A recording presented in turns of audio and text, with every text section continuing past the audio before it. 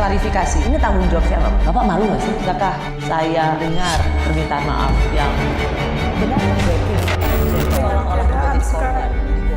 Pak Firly, Pak Firly. Pak, sedikit Pak, sedikit Pak. Pak Firly ada dokumen di bawah Pak, selain LHKPN itu Pak.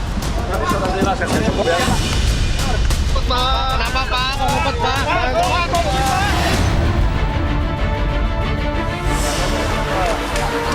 Menetapkan Saudara FB selaku Ketua KPK RI sebagai tersangka dalam perkara dugaan tindak pidana korupsi. Saya menyatakan di setiap kesempatan bahwa saya tidak pernah melakukan pemerasan kepada siapapun. Dan saya juga tidak pernah terlibat terkait dengan suap menyuap dan gratifikasi kepada siapapun. Ada orang berani berbuat kejahatan tidak pidana korupsi di level yang tertinggi, yaitu pemerasan. Pastilah diyakini dia sudah sering berbuat kejahatan-kejahatan tidak pidana korupsi lainnya.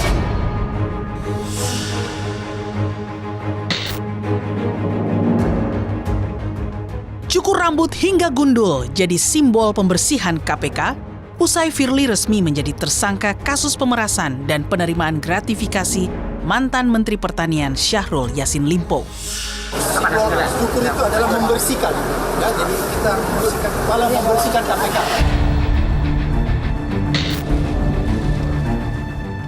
Martabat Komisi Pemberantasan Korupsi sedang diuji. Pertama kali dalam sejarah, Ketua KPK ditetapkan sebagai tersangka korupsi. Firly Bahuri sebagai Panglima Pemberantasan Korupsi diduga memeras mantan Menteri Pertanian Syahrul Yassin Limpo dalam penanganan kasus dugaan korupsi di Kementan. Pada prinsipnya dalam penyidikan dugaan tindak pidana korupsi yang terjadi, setidaknya kami dari tim penyidik menemukan fakta penyidikan terjadi beberapa kali pertemuan dan yang diduga penyerahan uang. Ya. Dituding korupsi, Firly Bahuri menolak mundur dari KPK. Firly bahkan menilai situasi ini sebagai serangan balik koruptor. Ia pun menggugat Polda Metro Jaya atas penetapan dirinya sebagai tersangka. Untuk tidak mundur dari suatu hadapan tentang kebatilan, terutama menghadapi serangan balik para koruptor. Mau tak mau, KPK harus bercermin atas kasus Firly. Alih-alih meminta maaf, Wakil Ketua KPK Alexander Marwata mengaku tak malu dengan kasus yang menjerat Firly. Kita juga harus berpegang pada prinsip praduga tidak bersalah. Itu dulu yang kita pegang. Kan gitu kan? Apakah kami malu? Saya pribadi tidak. Ya. Karena apa? Ini belum terbukti. Mantan Ketua KPK Abraham Samad menilai sikap Alexander Marwata ini adalah bentuk melindungi kejahatan Firly. Samad pun mendesak polisi agar menelusuri kemungkinan adanya pimpinan KPK yang terlibat dalam kasus ini. Sekali lagi saya mau mengingatkan orang yang bernama Alexander Marwata bahwa keterangan yang Anda lakukan itu, yang Anda sampaikan, itu memberi kita petunjuk bahwa Anda sedang melindungi yang namanya kejahatan. Maka polisi harus juga memanggil orang yang bernama Alex Marwata dan komisioner-komisioner lainnya untuk segera diperiksa. Karena saya tidak yakin Firly hanya seorang diri melakukan kejahatan ini. Presiden Jokowi telah melantik Nawawi Pomelango jadi Ketua KPK sementara menggantikan Firly. Tugas berat kini menanti Nawawi dan 3 pimpinan KPK lainnya. Memulihkan kepercayaan publik pada KPK yang telah hancur akibat ulah Firly.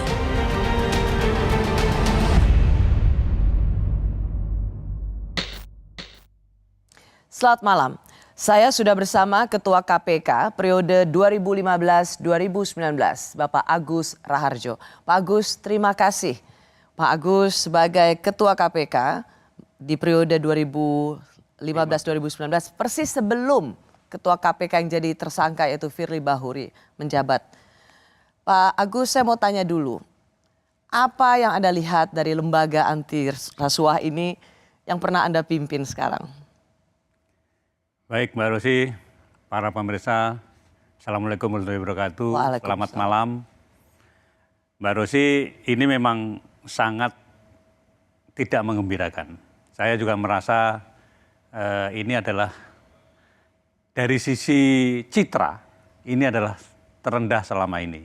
Oleh karena itu, saya sangat berharap agar ada perubahan-perubahan yang dilakukan oleh yang berkuasa terutama, untuk kemudian mengembalikan KPK seperti semula. Bapak kelihatan ikut merasa jadi, saya bisa menangkap, sedih banget ya? Iya. Saya sedih, termasuk saya sangat sedih dengan ini. Karena ya kita menjaga marwah itu puluhan tahun. Saya pernah menjadi sekretaris utama LKPP, persis kantor sementaranya di depan gedung KPK. Dan saya sangat mengidolakan ASN dan yang lain itu seperti KPK itu. Saya sangat mengidolakan. Dulu ngefans banget sama KPK? Saya sangat ngefans banget. Tapi saya nggak ngelamar loh. Saya kemudian waktu itu kebetulan pensiun dari LKPP, saya memutuskan pensiun. Di tahap pertama tidak ngelamar, kemudian pesertanya kurang, diundang oleh pansel pada waktu itu. Betul. Jadi ngelihat KPK sekarang itu, Pak Agus bisa dibilang shock. Shock, ya betul. Tidak pernah terpikir sebelumnya KPK akan berada di titik serendah ini? Karena kita dulu menjaga marwahnya tidak main-main. Sampai saya menyaksikan yang namanya Pak Abdullah Yamahua ya, waktu saya masih di LKPP, itu di dalam suatu rapat, beliau lupa ngambil tisu di meja itu. Itu Pak Abdullah Yamahua langsung, maaf saya tadi ngambil tisu. Ditinggal uang 10.000 untuk ganti tisu yang dia pakai. Sampai segitunya tuh? Karena dulu kita jauh menjaga marwahnya bukan main. Pak Agus, baru kali ini sepanjang sejarah Ketua KPK, sebuah lembaga untuk pemberantasan korupsi, kena kasus korupsi. Dalam hal ini yaitu pemerasan. Dulu memang pernah ada Ketua KPK, tapi berbeda kasusnya. Ini tersangka sebagai seorang yang memeras pihak yang berperkara. Ini kenapa bisa terjadi ya? Celahnya memang ada dan dimanfaatkan, atau Anda melihat bahwa ini sesuatu yang sudah bisa diduga sebelumnya? Sebetulnya kalau kita kembali ke proses pemilihan komisioner hari ini, itu protes terhadap terpilihnya beberapa komisioner, itu sudah dilakukan banyak orang, termasuk saya sendiri. Kalau Mbak Rosi ingat, saya menulis surat terbuka kepada Presiden sama Komisi 3 kalau tidak salah. Kemudian juga deputi kami, deputi pengawasan internal dan pengaduan masyarakat, itu mengirim suratnya kepada Pansel dan menantang Pansel untuk kalau pengen bukti mari datang ke KPK, buktinya kami tunjukkan. Jadi kami dulu memang di KPK termasuk orang yang tidak menyetujui kalau Pak Firly ini bisa menjadi komisioner gitu. Jadi sejak awal tidak saja pegiat anti korupsi yang keberatan atau mengirimkan pesan protes bahwa ada nama-nama termasuk Pak Firly ini menjadi pimpinan KPK, tapi Pak Agus Raharjo sendiri sebagai Ketua KPK sebelumnya itu juga sudah mengirim pesan. Ya, saya bikin surat terbuka kepada Presiden kan. Saya lupa apa ke Komisi 3 saya tembusin, tapi Presiden malah saya ditanya oleh siapa itu yang Mas Ulin Yusron ya kalau nggak salah ya. Itu nelpon saya, Pak Agus ini benar tulisan Pak Agus. Betul itu tulisan saya gitu. Pak Agus, saya akan menitik beratkan pada poin itu. Soal kualitas integritas para pimpinan KPK. Tetapi yang juga saya mau masuk adalah ada perlawanan dari Firly Bahuri ketika ia ditetapkan sebagai seorang tersangka. Dan ini kalimatnya. Saya pastikan bahwa kami tidak pernah melakukan hubungan dengan para pihak, apalagi meminta sesuatu atau disebut dengan pemerasan. Saya yakin itu adalah tidak pernah dilakukan sesuai dengan yang dituduhkan. SEL dan Ditkrimsus Polda Metro juga sudah mengatakan bahwa ada pertemuan Pak Firly dengan SEL di Rumah Kertanegara, Pak. Mungkin Pak Firly ada penjelasan terkait hal itu, Pak? Saya pastikan saya tidak pernah ketemu dia di sana. Tapi nanti Anda akan lihat sendiri. Pernah banyak ada ngomong ketemu di PTIK, ketemu di mana lagi. Seingat saya tidak. Tapi kalau Anda tanya lagi, apakah betul ketemu di lapangan bulu tangkis? Pasti ada. Demikian beratnya posisi saya saat ini ketika melawan serangan balik dari para koruptor. Apalagi itu dihadapi dengan gagah berani, dengan tanpa menyerah, tanpa menelelah untuk membersihkan negeri ini dari praktek-praktek korupsi. Dan pastilah akan terjadi perlawanan dari para koruptor. Firly Bahuri sudah ditetapkan sebagai tersangka tetapi masih memberikan pembelaan. Kita terima itu, tapi kita juga lihat bahwa ia masih sangat lantang dan mengatakan bahwa ini serangan balik dari para koruptor. Apakah Pak Agus sebagai Ketua KPK di masa sebelumnya juga melihat ini gejala yang sama, koruptor menyerang balik? Serangan balik koruptor itu mungkin ada, itu wajar sekali kalau. Apakah ada. Dalam kasus ini kalau serangan kasus balik ini, koruptor? Saya terus terang kalau kita mengacu kepada pengalaman pada waktu saya menjadi Ketua KPK, Saudara Firly ini juga pernah dilakukan penyelidikan etik terkait dengan ketemu dengan salah seorang yang diduga juga akan menjadi berperkara. Oke, jadi kalau sebenarnya kalau saya katakan misalnya bahwa apakah pas konteks koruptor menyerang balik di kasus Ketua KPK menjadi tersangka, itu sebuah label yang pas. Itu saja yang saya tanya. Apakah benar ini koruptor menyerang balik atau memang sudah layak dan sepantasnya seorang KPK dijadikan tersangka? Kalau lihat kejadiannya kemudian kan banyak ya. Kenapa kemudian kita ragu-ragu bahwa itu serangan balik? Karena kejadiannya kan sampai ada rumah di Kertanegara, sampai ada itu. Jadi kalau dalam kaitan itu kemudian kan kita menjadi ragu-ragu itu kalau serangan balik koruptor ya. Orang juga mengatakan ini soal cicak buaya. Apakah Pak Agus Rarjo ada cicak buaya jilid 1, cicak buaya jilid 2?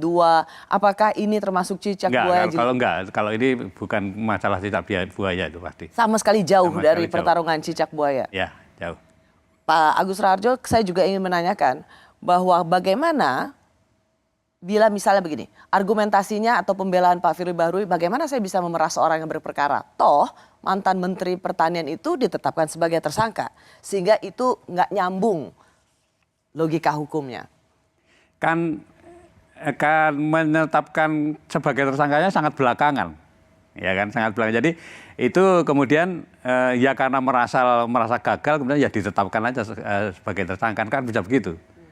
Jadi kalau saya kalau menetapkannya itu jauh-jauh hari sebelum isu itu berkembang, itu malah mungkin sangat jauh lebih baik dibandingkan dengan sudah menjadi medannya sudah diacak-acak, medannya sudah baru ditetapkan gitu. Kalau kita lihat apa kalimatnya mantan Menteri Pertanian ketika ditanya oleh para wartawan, apakah benar Ketua KPK memeras Menteri Pertanian soal kasus korupsi? Mentan mengatakan tangan saya masih diborgol ini. Itu pesan apa kira-kira menurut Anda? Kalau tangan saya masih diborgol itu kan dalam arti dia nggak bisa berpihak pada dirinya sendiri karena juga dia terkait dengan KPK yang masih bisa melakukan apa dia lebih diberatkan atau akan diringankan kan anunya begitu. Jadi dia pasti mikir itu juga, makanya dia tidak memberikan jawaban yang clear, yang jelas mengenai. Ia tidak dapat mengatakan yang sebenarnya karena tangannya masih diborgol di KPK. Baik, penetapan status tersangka tak membuat Firly Bahuri gentar. Ia melawan karena yakin dalam penetapannya sebagai tersangka adalah Kapolda Metro Jaya. Apakah ini menandakan perang bintang mantan pejabat KPK asal Polri? Saksi-saksi yang diperiksa oleh pihak penyidik Polda itu diminta buat pengakuan, ada penerimaan, ada penyerahan, dan itu pun mereka bantah gitu. Pertanyaan kepada Pak Firly hanya sebatas pertanyaan yang sangat normatif terkait dengan apa riwayat jabatan, riwayat penempatan gitu kan. Nah ini menjadi sebuah proses hukum yang janggal gitu. Tahu-tahu Pak Firly ditetapkan sebagai tersangka dan semuanya di framing seolah-olah Pak Firly ini menjadi tokoh jahat, ya, yang melakukan kejahatan tersebut karena jabatannya. Masih bersama saya mantan Ketua KPK, Agus Raharjo. Ia pernah menangani perkara korupsi mega proyek IKTP yang merugikan negara 2,3 triliun rupiah. Ketua KPK sebelum Firly Bahuri. Pak Agus, kuasa hukum dari Firly Bahuri mengatakan bahwa semua saksi-saksi yang diperiksa, polisi mengatakan 90 saksi, itu semuanya normatif. Tidak ada saksi yang mengatakan melihat Firly Bahuri menerima. Firly Bahuri juga mengatakan tidak pernah menerima sesen pun. Seberapa susah atau seberapa mudah sesungguhnya membuktikan ada pemerasan yang dilakukan oleh Ketua KPK pada pihak yang berperkara? Alat bukti yang lain kan bukan hanya itu, ya kan. Jadi kalau kita ngelihat yang sudah dipaparkan Polda, antara lain saya sendiri juga belum lihat ya. Tapi antara lain pencairan uang, kemudian sampai sebesar 7 miliar di beberapa. Ya, itu nanti kan bisa ditelusuri dari mana asalnya, dari mana. Itu relatif lebih mudah untuk mencari pembuktiannya. Kemudian saya sebetulnya pengen mengatakan bahwa sebetulnya kasus Pak Firly ini bermula dari, kalau saya boleh menyalahkan, ya Pak Jokowi. Kenapa Presiden Jokowi? Karena tone of the top-nya kelihatannya di periode kedua Pak Jokowi itu sangat menurun untuk pemberantasan korupsi. Anda ingat revisi Undang-Undang KPK dilakukan. Padahal yang lebih penting itu bukan itu kalau kita mau memberantas korupsi. Kalau kita mau memberantas korupsi sebetulnya yang perlu direvisi itu malah Undang-Undang nomor 31 tahun 1999, Undang-Undang Pemberantasan Tipikor. Undang-Undang Pemberantasan Tipikor itu belum memenuhi yang disarankan oleh PBB. United Nations Convention Against Corruption. Apa yang mestinya harusnya direvisi, Pak Agus? Banyak. Jadi salah satu yang paling prioritas. Termasuk private sector, perampasan aset, illicit enrichment, trading influence. Oke, perampasan aset memang sampai saat ini masih terus menjadi. Dan sebetulnya nggak usah sendiri, itu harus masuk dalam Undang-Undang Pemberantasan Tipikor. Semuanya termasuk itu. Jadi kalau itu yang dilakukan, bukan ngutik-ngutik Undang-Undang KPK-nya, itu akan anti korupsi di Indonesia relatif akan lebih baik. Nah, kalau kita masuk kembali ke kasus ini, saya mau nanti akan masuk ke situ juga. Ini mengapa kerusakan penegakan hukum terjadi, terutama pemberantasan korupsi ini bisa terjadi. Kalau kita lihat Pak Agus, Ketua KPK sudah jadi tersangka, tetapi tidak ditahan. Padahal selama ini KPK sendiri kalau menetapkan seseorang menjadi tersangka, ia diberhentikan karena seperti biasa polisi juga begitu. Tapi mengapa ini tidak berlaku pada seorang Firly Bahuri? Ya sebetulnya kalau menetapkan tersangka langsung ditahan itu biasanya di KPK. Tapi Polda sendiri apakah punya praktek seperti itu karena ini yang mentersangkakan kan Polda. Ya, kan? Tapi sudah dinaikkan ke Dirkrimsus Mabes Polri. Nah jadi Polda kemudian Mabes Polri memang yang bersangkutan menjadi tersangka. Oke, pertanyaannya adalah begini. Karena kemudian ini yang dikatakan oleh Ketua KPK sekarang yang sudah ditunjuk oleh Presiden Jokowi. Ada soal penetapan tersangka kasus korupsi rel kereta, di mana kemudian namanya Muhammad Suryo ditetapkan sebagai tersangka. Dan Ketua KPK pada waktu itu yang sudah jadi tersangka ikut menetapkan tersangka 3 orang, yaitu Alexander Marwata sama Yohanes Tanak. Menurut Anda apakah seseorang yang sudah ditetapkan sebagai tersangka ikut menetapkan seseorang menjadi tersangka itu cacat moral, ilegal? Kalau saya itu termasuk cacat moral, saya setuju dengan Pak PLT ketuanya sekarang. Jadi mestinya dia tidak ikut menetapkan kalau sudah menjadi tersangka. Tetapi itu dibiarkan di KPK. 3 orang pimpinan KPK ikut menetapkan sebagai tersangka. Orang kemudian melihat ini sebagai perang bintang pimpinan KPK yang berasal dari Polri. Karena penjelasan atau pembelaan dari kuasa hukum Pak Firly mengatakan bahwa ini ada dalang dari penetapan Firly Bahuri sebagai tersangka adalah Kapolda Metro Jaya Karyoto. Dan yang saat ini juga dianggap punya kedekatan dengan yang menjadi tersangka. Ini beneran perang bintang petinggi KPK. Itu kalau melihat seperti itu memang saling sandera kelihatannya. Saling sandera. Ya, saling sandera karena di sini juga ada info-info yang terkait dengan tadi Pak Suryo tadi. Kemudian ya, jadi kalau saling menetapkan tersangka seperti itu ya seperti saling sandera. Nanti kita lihat aja berikutnya mengenai pembuktian itu pasti kan mereka tidak bisa menghindar dari proses pengadilan yang akan datang. Mengapa ini mencemaskan? Karena ternyata penegakan hukum itu sangat erat kaitannya dengan politis. Apakah Pak Agus juga melihat ini? Iya, jadi menjadi ketua KPK itu terutama yang bukan polisi beratnya di situ. Jadi ketua KPK yang bukan polisi yang bukan beratnya polisi, di seperti situ. saya, itu bisa aja kasus itu bisa dicari-cari gitu loh, supaya saya punya kasus, ada itu. Ya, Jadi, kaitannya sama ini yang dua ketua KPK-nya dari polisi dan kemudian ditersangkakan atau punya kaitannya dengan Kapolda Metro Jaya yang waktu itu juga menjadi deputi di KPK. Ini kan apakah ini perang bintang polisi? kalau ini bisa dikatakan perang bintang dalam arti dua orang sudah tidak ada kecocokan gitu ya. Padahal Dan- bersama-sama di KPK. Padahal sama-sama di KPK. Kemudian dua orang nggak punya kecocokan, masing-masing kemudian punya data. Yang satu punya data yang satunya, yang satu juga begitu. Jadi begitu dimulai dengan penetapan Pak Firly, pasti Pak Firly juga punya data mengenai Pak Karyoto. Jadi ini ya oleh karena itu saran saya ya kita tunggu aja nanti pengadilan kemudian memutuskan seperti apa. Karena datanya ini kan masih masing-masing kan masih samar-samar ya. Pak Agus, Pak Firly itu tidak mau mengundurkan diri. Ia kemudian sudah diberhentikan sementara oleh Presiden, ada PLT, tapi ia tidak mengundurkan diri. Semula Alexander Marwata mengatakan ada azas praduga tidak bersalah.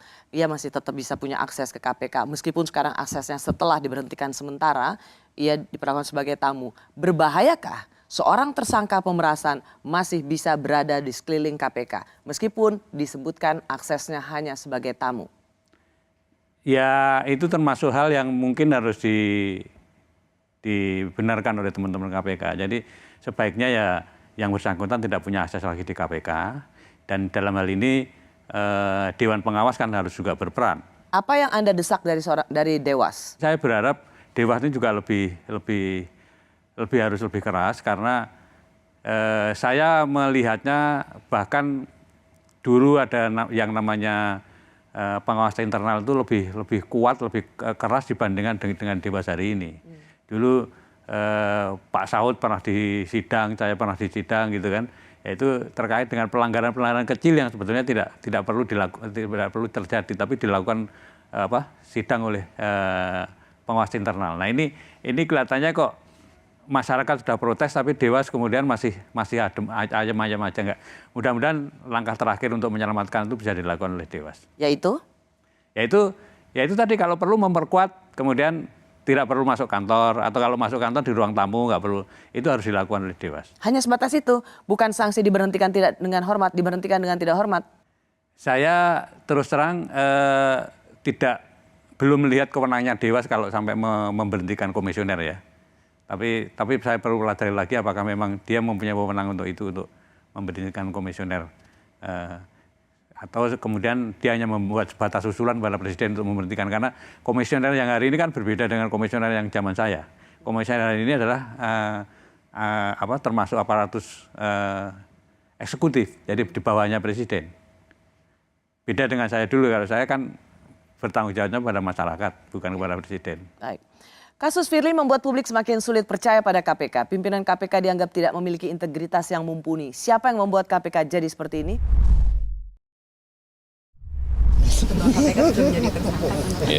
Hormati semua proses hukum. Hormati semua proses hukum.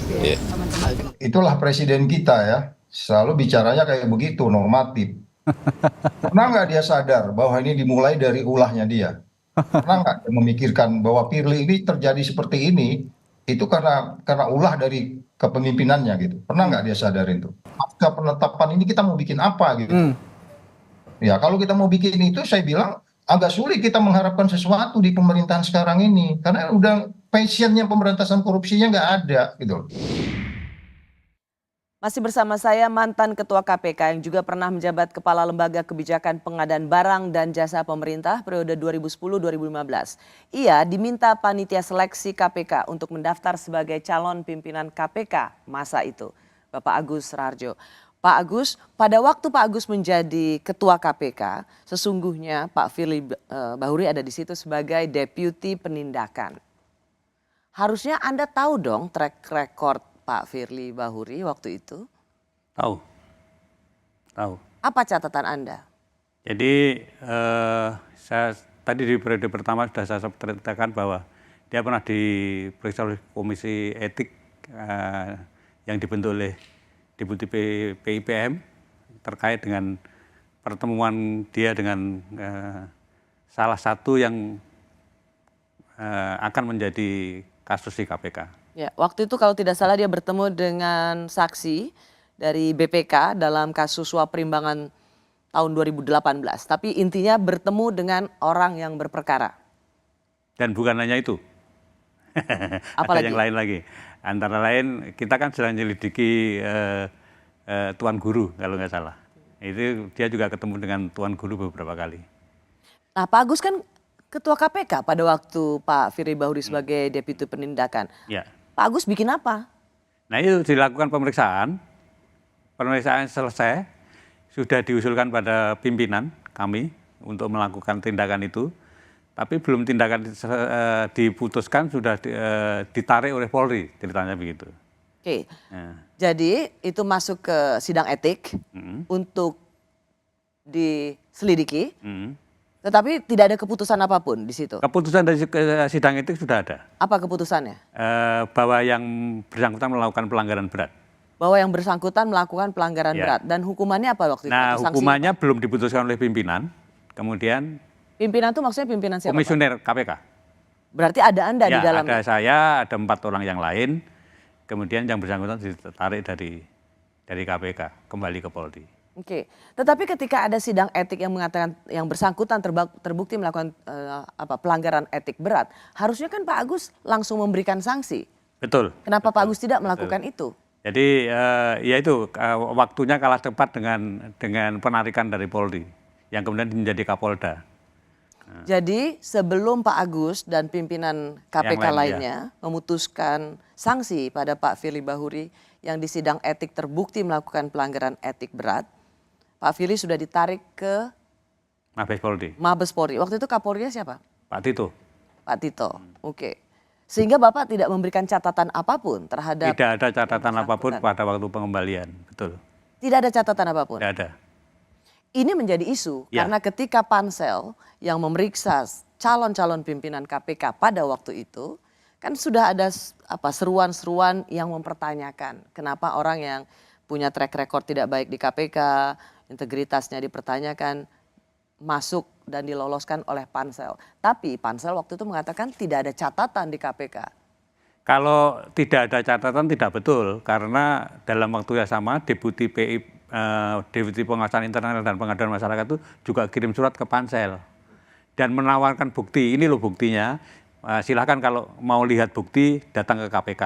Itu sudah menawarkan gitu. Jadi nggak betul kalau nggak ada informasi mengenai itu. Tapi KPK pansel juga nggak mau lihat buktinya. Tidak mau melihat buktinya. Nggak mau lihat buktinya. Sama sekali. Sama sekali. Bahwa sebenarnya KPK sudah berusaha untuk memberikan catatan tentang rekam jejak, tetapi ditolak oleh pansel KPK. Ya, betul. Menurut Pak Agus itu apa yang terjadi waktu itu? Ya kalau pemilihan komisioner ini kan bobot politiknya kan kuat sekali. Jadi saya meyakini kalau pengaruh politiknya lebih kuat dibanding dengan masukan dari Deputi PIPM. Bobot politiknya? Ya. Berarti waktu itu memang ada titipan? Bisa jadi. Kalau kita kembali tadi apa yang menjadi fakta yang terjadi di internal KPK pada masa Pak Agus Raharjo menjadi ketua KPK dan Deputi Penindakan waktu itu Pak Firly Bahuri memang terbukti melakukan tindakan pelanggaran etik berat. Pak Agus tidak sempat memberikan sanksi padahal Pak Agus punya otoritas untuk itu. Tetapi sudah keburu ditarik oleh Mabes Polri. Maksudnya waktu itu memang Mabes Polri ingin menyelamatkan Firly Bahuri. Ya saya pikir bukan hanya Mabes Polri mungkin ya, banyak pihak yang terkait dengan politik pada waktu itu juga mungkin berkepentingan terhadap itu. Jadi tidak satu-satunya mungkin Mabes Polri itu, banyak pihak juga. Dan di samping surat secara resmi dari Deputi PIPM tadi, saya juga membuat surat terbuka kalau Anda ingat kepada Presiden mengenai, mohon maaf saya menyebutkan jangan menerima Firly sebagai komisioner KPK. Jadi itu surat terbuka itu dibaca banyak orang pada waktu itu. Ya, jadi Pak Agus Raharjo sendiri selaku Ketua KPK periode sebelum Pak Firly Bahuri sempat menulis surat kepada Presiden. Ya, surat terbuka. Surat terbuka. bahwa jangan memilih Pak Firly sebagai pimpinan KPK. Ya. Waktu itu catatannya karena track record di KPK saat menjadi deputi penindakan. Ya. Tetapi itu tidak didengar. Nggak didengar. Artinya sekarang kalau apa yang terjadi pada KPK di bawah pimpinan Pak Firly Bahuri dan kemudian Pak Firly menjadi tersangka, itu sesuatu yang mengejutkan Pak Agus nggak? Ya sebetulnya tidak, walaupun pada waktu awal-awal masuk Pak Firly termasuk marah kepada saya, kenapa Bapak mau digantikan orang malah tidak memuluskan jalannya, malah kelihatan menghambat dan mencegah saya masuk gitu. Jadi Pak Firly termasuk yang marah pada saya. Tapi poin saya juga sebetulnya tone-nya kan bukan hanya untuk Pak Firly. Kalau komitmen dari pemerintah itu terhadap anti korupsi kurang. Anda mungkin ingat yang namanya terjadi revisi undang-undang KPK. Saya tadi bilang mestinya yang direvisi itu undang-undang tipikor. Oke, tapi saya ingin masih mempertanyakan. Jadi kalau lolosnya orang-orang yang tidak berintegritas bisa masuk jadi pimpinan KPK, itu tanggung jawab siapa? Ya yang harus bertanggung jawab, apalagi sekarang eksekutif aparatus ya presiden. Kemudian yang level berikutnya ya pansel. Bahwa itu ada tekanan politik di kiri kanan yang kemudian memaksa mereka menerima itu ya salah satu yang harus menjadi saringan mereka sebetulnya. Karena Anda sendiri merasa sudah melakukan upaya semaksimal mungkin untuk memberikan catatan bahwa ada orang-orang yang tidak layak untuk menjadikan pimpinan KPK. Ya. Tapi untuk Pak Agus sendiri, masukannya dari dalam KPK mestinya kan sangat valid. Pak Agus sendiri punya peran penting.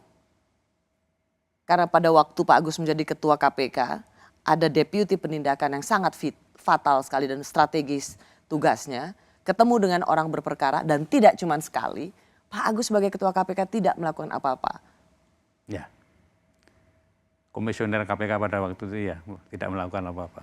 Jadi ketika ada orang yang tidak punya integritas kembali masuk dengan leluasa ke KPK, itu tidak pernah lepas dari pimpinan sebelumnya.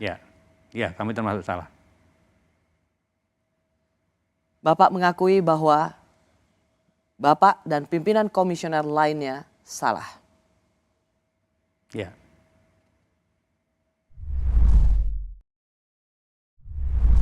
Saya masih bersama mantan Ketua KPK Agus Raharjo. Ia menjabat sebagai Ketua KPK persis di periode sebelum Firly Bahuri yang kini jadi tersangka.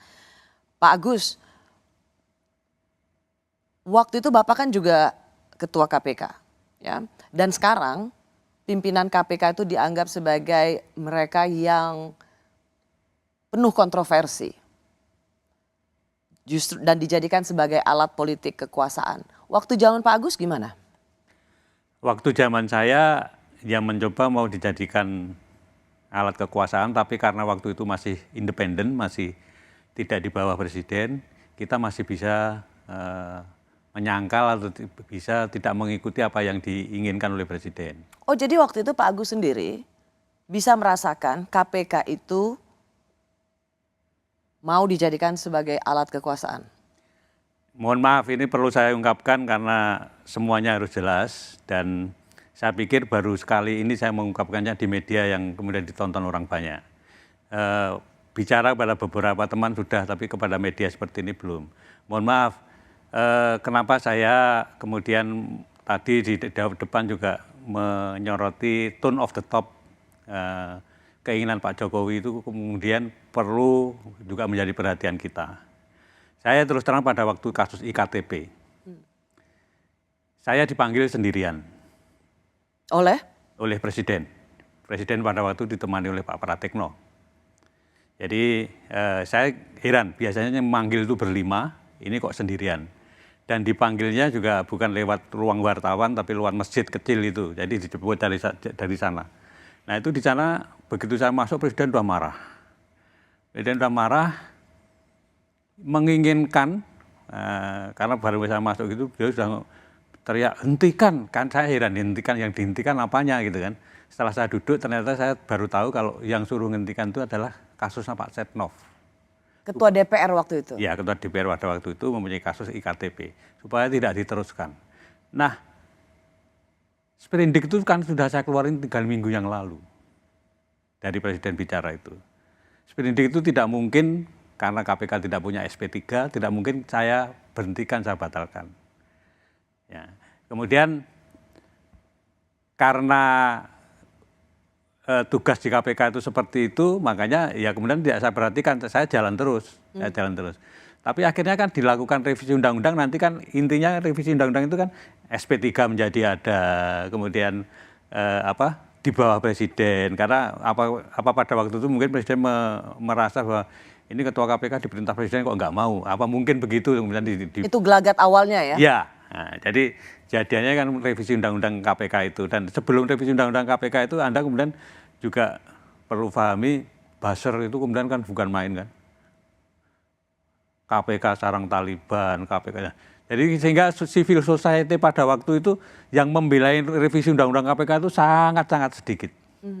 Teman-teman saya seperti Pak Imam Prasojo itu nggak datang tuh kalau waktu itu, karena tidak sebanyak waktu membela cicak buaya. Tidak pada waktu cicak buaya, karena merasa ini KPK sudah seperti Taliban, seolah-olah omongannya buzzer itu betul gitu loh. Jadi revisi undang-undang KPK kemudian terjadi. Anda kemudian melihat di periode kedua ini kan yang namanya Corruption Perception Index itu kan turun terus-menerus.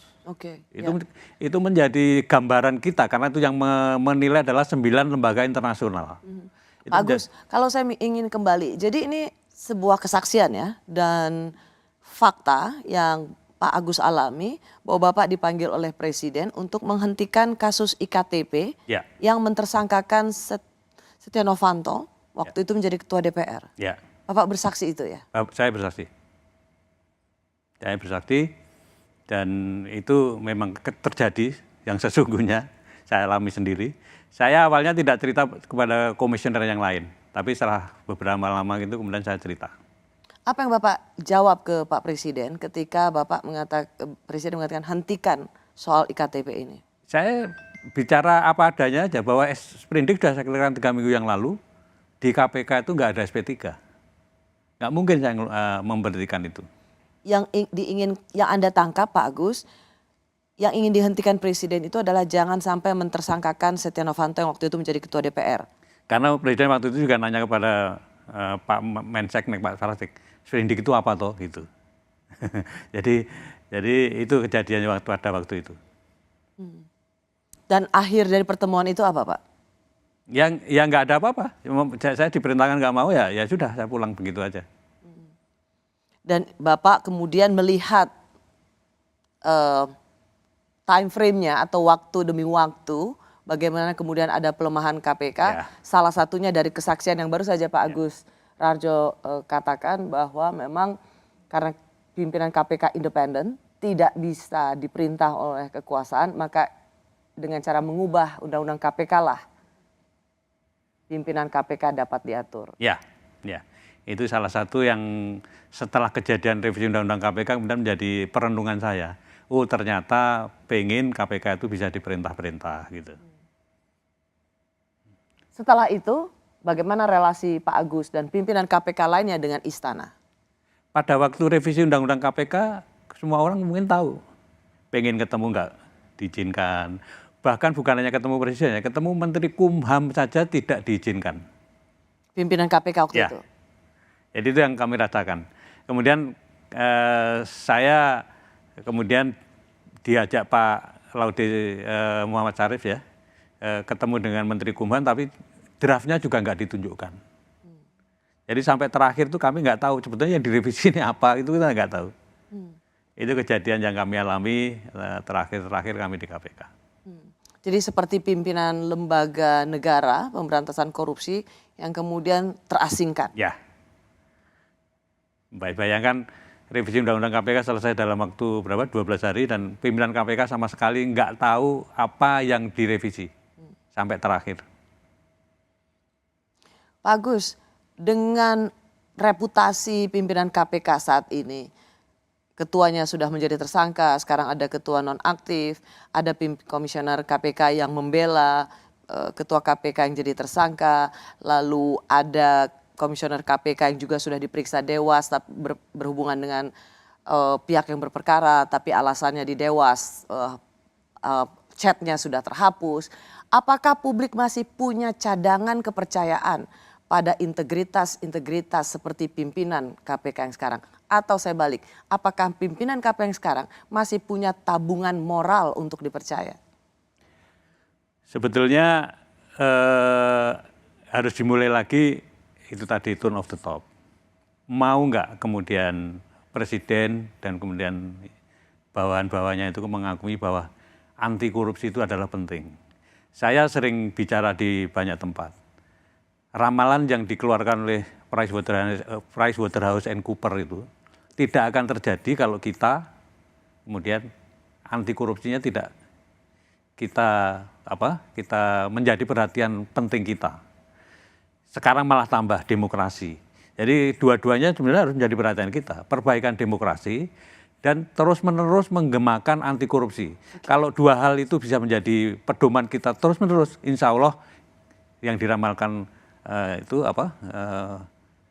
PricewaterhouseCoopers akan terjadi. Ya katakanlah itu menjadi sebuah gerakan, tapi kita butuh ada sebuah action yang konkret. Ya. Pertanyaan saya, apakah pimpinan KPK yang sekarang masih punya cadangan moral atau reputasi baik yang masih layak mendapat kepercayaan publik? Atau mereka semua harusnya diganti?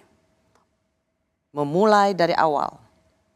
Dan memulai dari awal pun juga perlu kita pikirkan independensi KPK mau dikembalikan atau tidak, ya kan?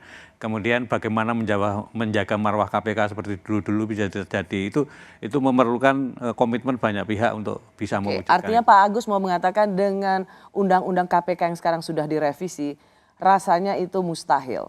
Ya.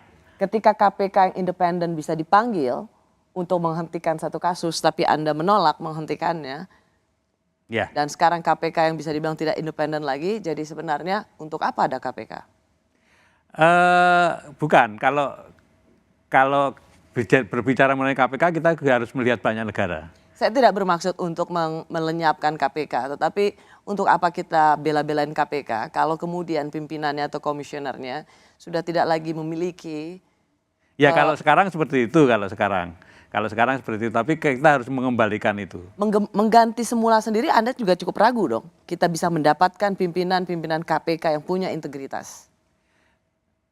Saya kok masih optimis kalau itu, asalkan ya itu tadi panselnya betul-betul orang yang terpilih, orang yang benar, karena seperti kejadian yang tahun 2015 pada waktu panselnya benar kan kemudian juga ternyata masih bisa muncul orang-orang yang cacatnya tidak terlalu banyak gitu.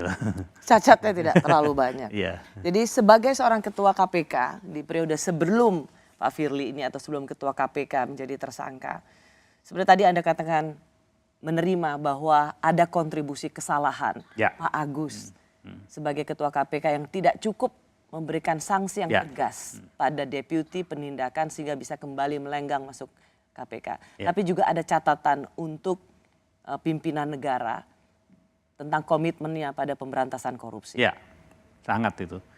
Yang penting adalah pimpinan negaranya. Karena yang bisa membawa arah itu adalah kalau pimpinan negaranya kemudian komitmennya terhadap anti korupsi itu besar.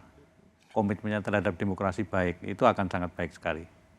Kalau ketua KPK seperti Pak Agus Raharjo saja bisa dipanggil untuk menghentikan kasus, artinya ketua KPK seperti Firly itu dipanggil untuk menghentikan atau melanjutkan kasus, bukan, bisa jadi.